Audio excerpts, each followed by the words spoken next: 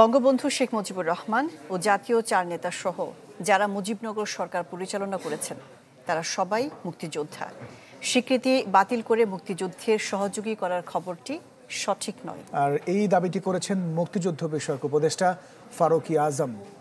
এ নিয়ে বিভ্রান্তি ছড়ানোর অভিযোগ করেছেন তিনি।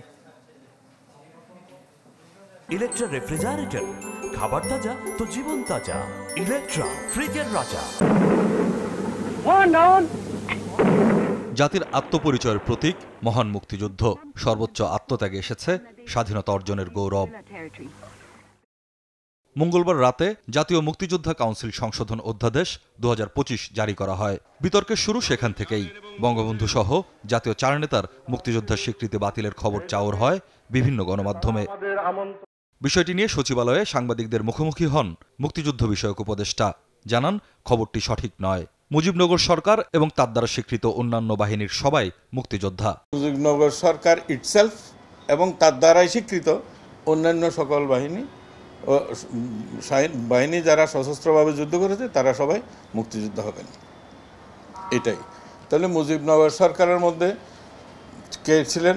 শেখ মুজিবুর রহমান ছিলেন, সৈয়দ নজরুল ইসলাম সাহেব ছিলেন, তাজউদ্দিন সাহেব ছিলেন, মনসুর আলী সাহেব ছিলেন, কামরুজ্জামান সাহেব ছিলেন, খন্দকার মুস্তাক সাহেব ছিলেন।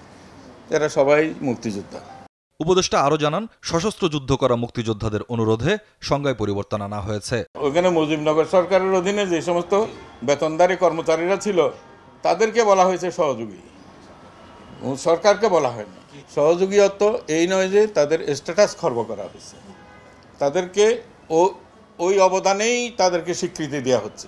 যুদ্ধের সময় কেউ রাইফেল নিয়ে মাঠে লড়াই করেছে, কেউ ওই গান, কবিতা, নাটক ইত্যাদি করেছে, কেউ ফুটবলও খেলেছেন, কেউ কূটনৈতিক কাজে ব্যস্ত ছিলেন। মুক্তিযুদ্ধ না করেও যারা মুক্তিযোদ্ধার তালিকায় আছেন তাদের সরে যাওয়ার সুযোগ দিতে ইন্ডেমনিটির চিন্তা করছে সরকার। মুক্তিযোদ্ধাদের সংসদটাও পুনর্গঠন হচ্ছে, তখন আমরা যাচাই বাছাইতে যখন যাব তখন একটা ইন্ডেমনিটি সরকারের দেওয়ার ইচ্ছা আছে।